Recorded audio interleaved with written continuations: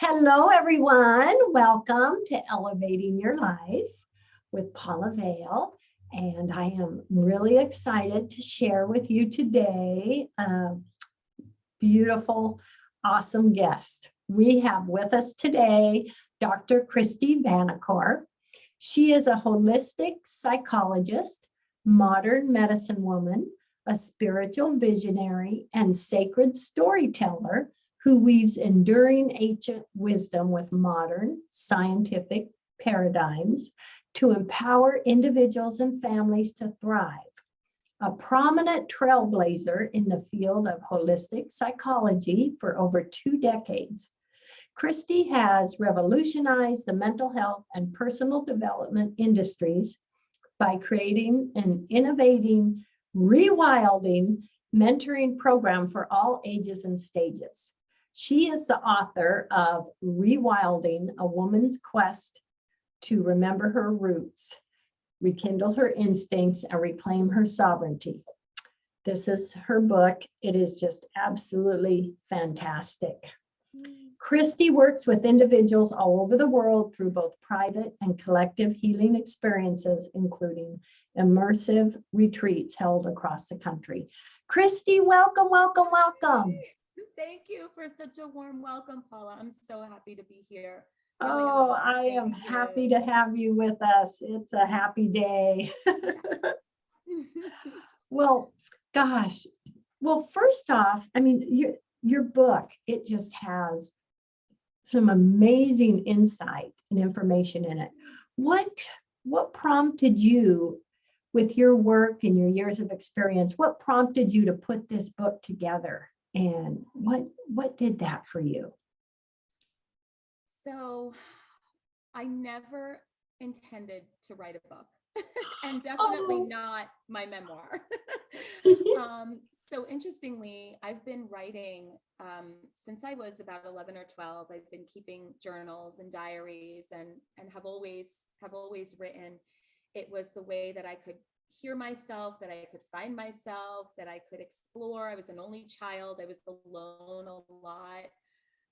And so I was writing always, but never, ever, like I said, had any intention of writing a book. And when I started working with clients, right from the start, I was trained as a very traditional Western medical model, PhD, psychologist. And, we were taught you never reveal anything personal to a client. You sort of sit there and be that blank slate, with your clipboard. And that never resonated with me because from this little girl who was always writing, people always gravitated towards me and told me their stories. And I was always enamored with story. And so when I was told, you can't tell any of your story to people, I thought, well, that doesn't make any sense. And so I just did what felt right to me. And so I would naturally share with people my stories because I somehow intuitively knew that in everybody's story, right, there's so much rich wisdom there, right? These are our embodied experiences, and that is wisdom.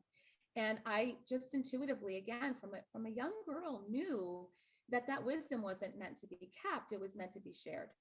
And so as I would work with people, I would begin to tell my story. And it was what people told me they loved most about working with me. It was what people told me they found most healing, was that they could connect with my story, that I was real, I was authentic, So fast forward to one evening in my office, in my private practice in Westchester County, New York at the time. And I was sitting across from a 16-year-old girl who had been a client of mine for a little while.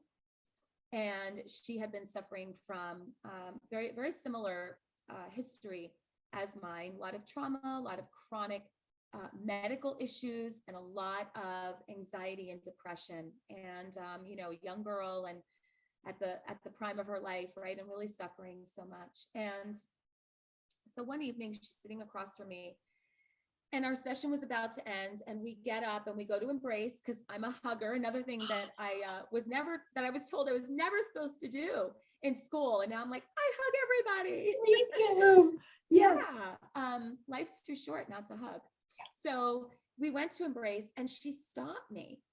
And I swear, Paula, it was like she was channeling spirit in that moment. And she took my hands in hers and she looked in my eyes. We were this close. And she looked in my eyes and she said, Kristy, the world needs to hear your story. The world is waiting for you to tell your story. And I was, entranced. And I looked at her and I said, okay. And so it is. She left my office. It was about 9 o'clock on a Tuesday night. I went home. And I just, I kept thinking, like, what just happened? Because I knew something happened, right? The next day, at the time, I was still pretty sick, physiologically sick.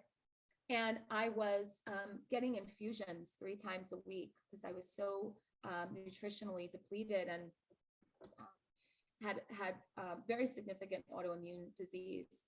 And so I went to my doctor's appointment and I was laying in the recliner with my arm hooked up to all of the wires, getting an infusion. And I took my phone and I put it on record and I started my book right in that moment.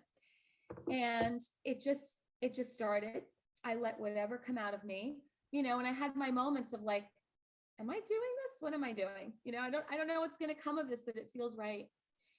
And then at some point I went into my attic and I dug out all of my journals, all of my diaries, and a lot of the stories. I mean, I would write down everything after sessions with psychologists that I would go to and healers that I would go to. I wrote everything down and I used that. And I took a big roll of paper and I spread it out across my living room. I had a big living room in my other house and I made a timeline of my life.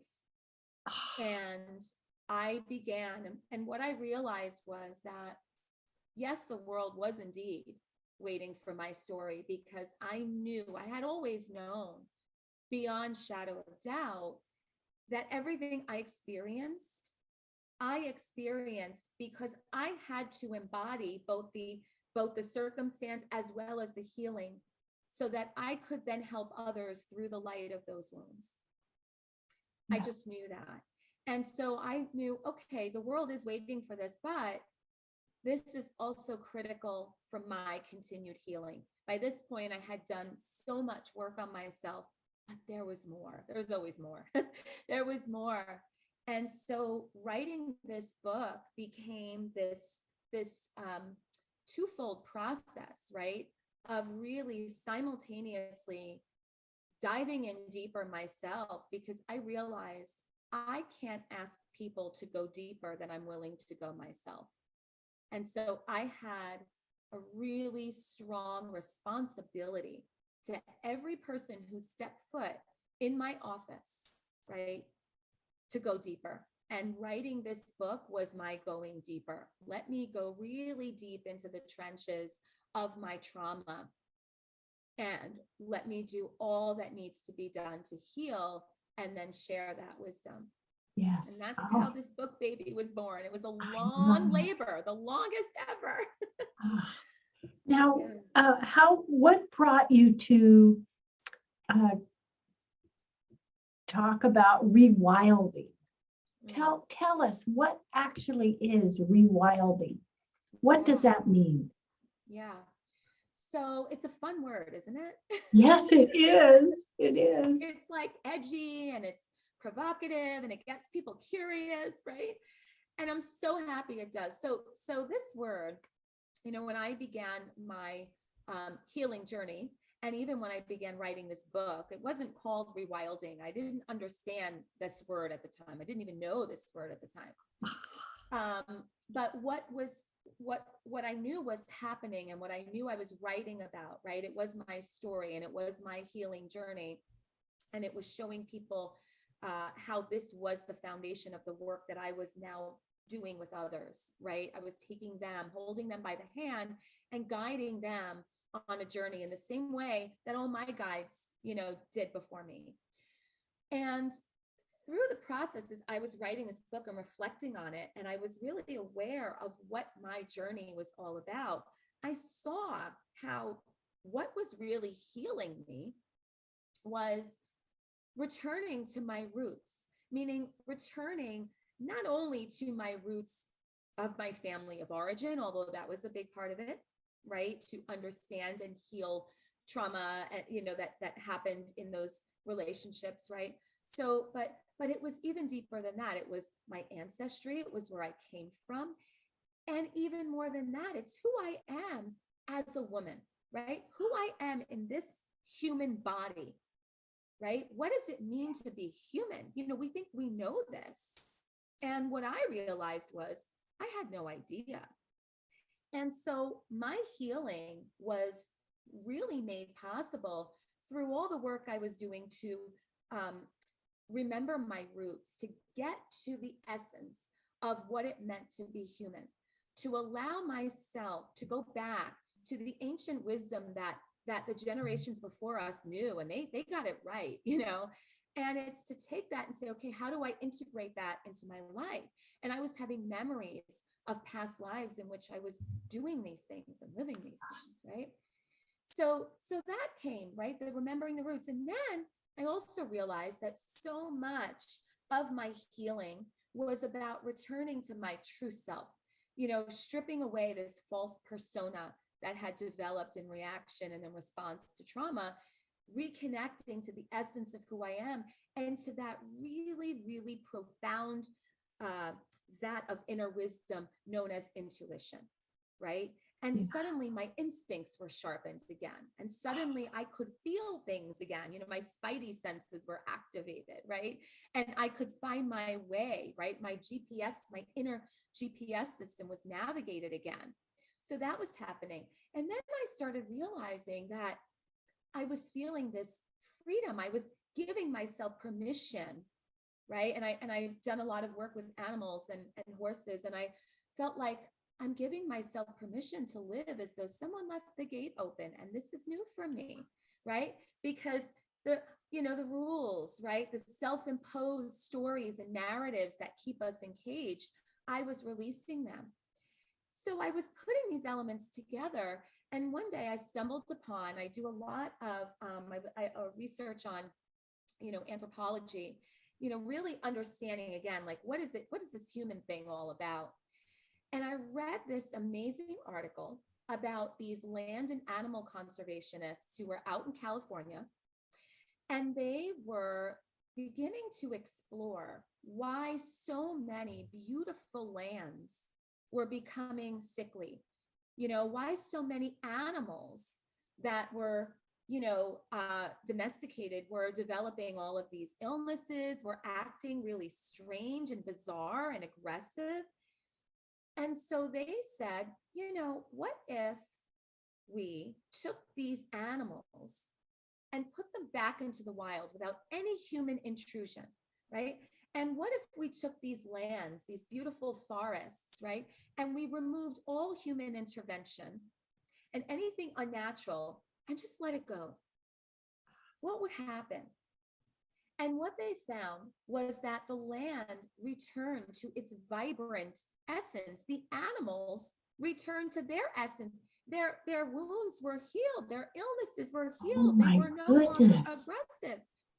And they said, this is an animal and land rewilding. And as I was reading about these animals, and I'm getting chills just telling you this story now, because I remember the feeling that came over me, because I said, oh my gosh, I'm rewilding too.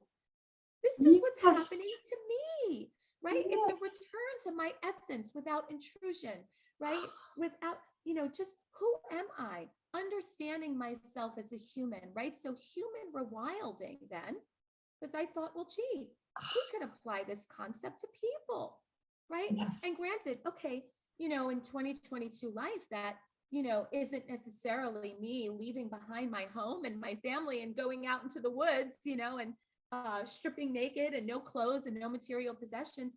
But I thought, gee, maybe there's some sort of integration, right? And I started really looking at my clients and all of the people I worked with who were so sick and so starved, right? And what are they starved for? A soul connection. They're starved for joy.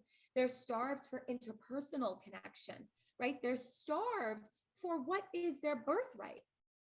As humans, our birthright, who we are at our essence, is unbounded joy and unconditional love. That is what our soul is, right? That is our birthright. It is also our birthright to be self-healers. So humans have innate self-healing capacities. So for instance, we have the capacity for a process called autophagy, which is when we eat the sick cells inside of us and we clean ourselves out. We can clean the plaque from our brains so we don't develop dementia, right? Why is nobody talking about this, right? So this is when I started to say, okay, I see the connection here because I see what's happening with me in my little N of one, right? But yet I see what happens as I'm guiding people through the same process. They are rewilding. As I'm teaching them what it means to be human, we are energy beings first, right? We are nothing more than energy. People don't know this, right? Yeah. So when I teach them, hey, this is who you are. This is what you're made of, right? And oh, in your physical body, you've got a nervous system. And here's how that nervous system works. And here's how all illness, psychological, physiological, any state of disease, it's dis-ease. It's a block in the energy system. It's a dysregulation of the nervous system. And people say, what? Nobody ever told me this. And I say, well, I am. I'm telling you this now.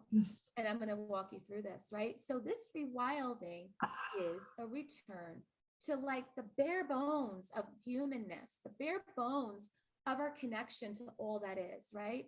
Yes. Reconnecting with nature, and not just because it sounds earthy, crunchy, and all good, you know, it's like, hey, we get electrons from the Earth's crust. Our mitochondria need this to grow. People say, I don't know this.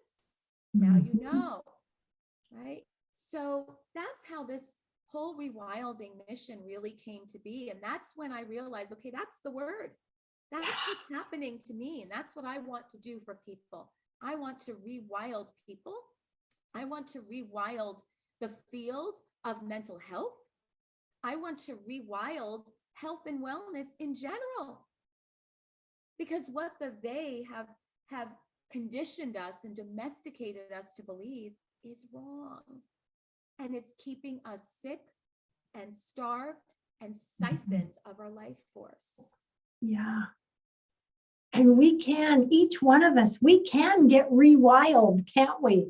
Absolutely. That is just. Absolutely. And again, it's not amazing. hard, right? And you know, sometimes I sit and I think, gee, like, isn't this so intuitive to people? But it's not, right? Because the veil of illusion has been so thick, right? We've had so many layers of domestication and conditioning. And once we start peeling that away, we get back to that raw essence. It isn't that hard, right? You know, it reminds me of that meme that I see floating around social media a lot about how humans are just like houseplants, except we have emotions, you know, like we just need some water, we need some sun, right? But if we understand who we are as energy beings and what that even means, and if we can understand that we have this nervous system that's working for us, right? It's really that simple. So I tell people, I want to teach you how you work so that you can make it work for you. Right? If you don't know the inner workings of this mind, body, spirit connection, you can't make it work for you. Yes. And you will remain stuck and in states of disease and disconnected from your soul. You know, the shamans talk about how, you know, disease, illness is a disconnection from your soul. It's disconnection from your essence. Right. And so they ask those questions. When did you stop dancing? When did you stop singing? When did you stop believing in the magic of storytelling? And when did you stop finding comfort in silence? These healing salves that connect us to our Yes. soul, right? And what are they really doing?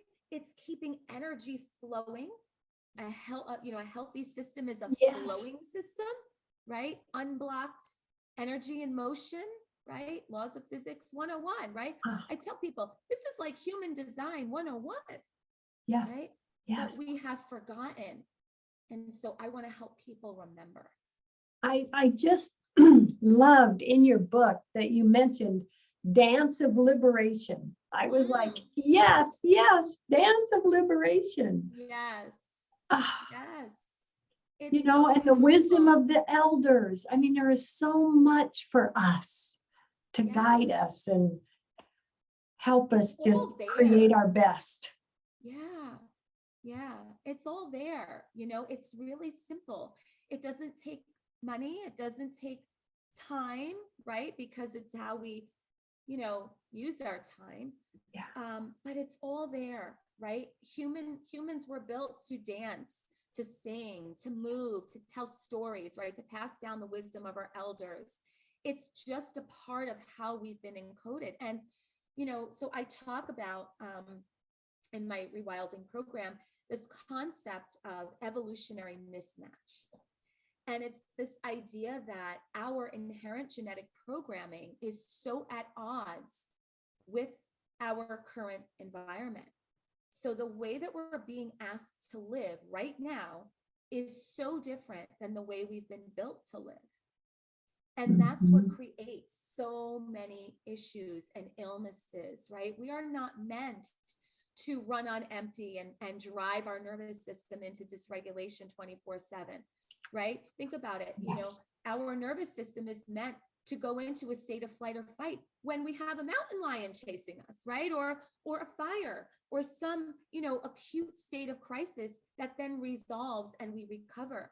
But in 2022, when we're rushing out the door to get to work and get the kids to school and get to meetings and get the kids and bring them to activities and go here, go there, and break glass ceilings and achieve status and financial power and do all the things, right? It's all doing, doing, Mhm. doing, doing, doing.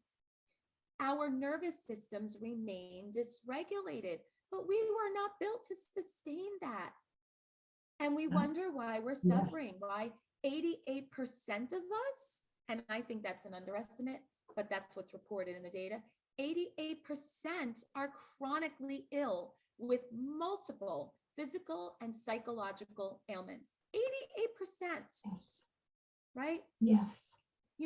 We are sitting in desks all day under artificial light, never getting outside. Children are learning in classrooms, seated at a desk, being force fed dogma, right? When what do we know is true about the brain? The learning and memory centers of the brain are linked with movement centers of the brain. We need to be in motion, Mhm. right? So we have come so far removed from the way that we were built. And would you say we can take steps to change that? Get Absolutely. out in nature more, Yes. dance more, relax, celebrate more. What Yeah. what messages would you give to everyone on steps they can take to Yeah. start moving in the other direction towards Great. rewilding? Yeah, yeah. And I love how you started by saying taking steps, right? And I think that's so important because again, we can't just sort of, quit our jobs and get up from our desk, for 8 hours instead of sitting for 8 hours, right? So it can be done and it should be done in steps and stages. And, I always tell people like it starts with first and foremost doing whatever you can, even a couple of minutes a day, to get quiet, to just get quiet. Why? Why is this the first step? Because in that moment of quiet that you can hear any part of yourself in here, right? And you can reflect on the landscape of your life. you're going to hear what I call the little knock on the door from within that says, hey, there's something more. There's some other way. We're tired. We're exhausted. We're sick. We're starving, right? You're going to hear it. And until you hear it, you don't know there's any other way, right? You don't know what you don't know. Exactly. And so I could sit here and rattle off 15 things that people can do right now today. But if again, you're buried under that veil of illusion and you don't even know that you need this, you're not going to do any of those things, right? So I always tell people, start first by just getting quiet. See what it feels like to be instead of do, right? Start with 2 minutes, right? Set a timer for 2 minutes, right? Put both feet on the ground, right? So I tell people, go outside, get your shoes off, get your socks off, plant your feet on Mother Earth, get those electrons that are in abundance in the Earth's crust. They will come up. We are waiting to absorb them. That's our charging station. Like we all make sure we charge our phones, right? Charge us. Charge us. Get outside, get your feet in the earth, and just notice with your 5 senses what is happening around you. And then bring your awareness into your body and notice sensations in the body. What's happening in your body? That is how we begin to get quiet. That is how we can start to listen. That will bring us a big step closer to rewilding. Again, our ancestors knew the balance between being and doing, right? And they worked hard. They were out in the fields all day and growing food, right? And killing animals for food, right? And lifting heavy things, right? They were workers, but they also knew how to enjoy a feast when there was a feast, right? When the sun set, they retired to sleep and gave themselves that time to rest and rejuvenate. They rose with the sun in the morning, right? They ate healthy, natural food from the ground or from animals. They learned by doing. They were in communities with others, right? Not doing it alone like we all strive to do. Humans are relational beings biologically. We're meant to do this together. So see how these are not complicated things that I'm suggesting. Right? Now, things get deeper when we say, okay, we want to heal, let's say trauma that took us away from our essence, right? But even that doesn't have to be hard. If we understand that it means moving our bodies to get energy flowing, balancing the movement with times of being, right? Oh, Kristy, Understanding that our nervous system needs periods of regulation, right? Understanding that we need time in connection with others so that we can co-regulate. Our nervous systems co-regulate. Kristy, this is so fantastic, but I'm afraid we are running out of time. Oh my gosh. I could listen to you for a long time. This is so great. Please, before we say goodbye, tell everyone where they can learn more about you and get in touch with you and get a copy of Rewilding, because everyone's going to want to know more. Thank you. No, I'm so happy. This is my passion. And again, I see what it's done for me in my life, right? It's made me healthy. It's made me whole. I am a better mother. I'm a better human, right?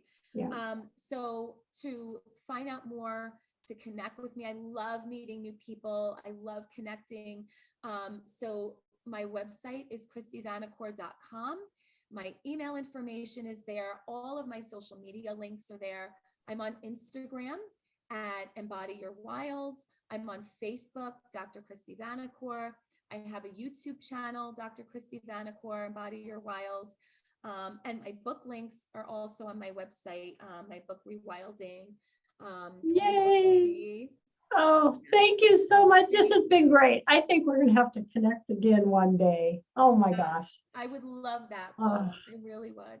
Everybody have a fantastic day. Love, hugs, and blessings. Kristy, love, hugs, and blessings.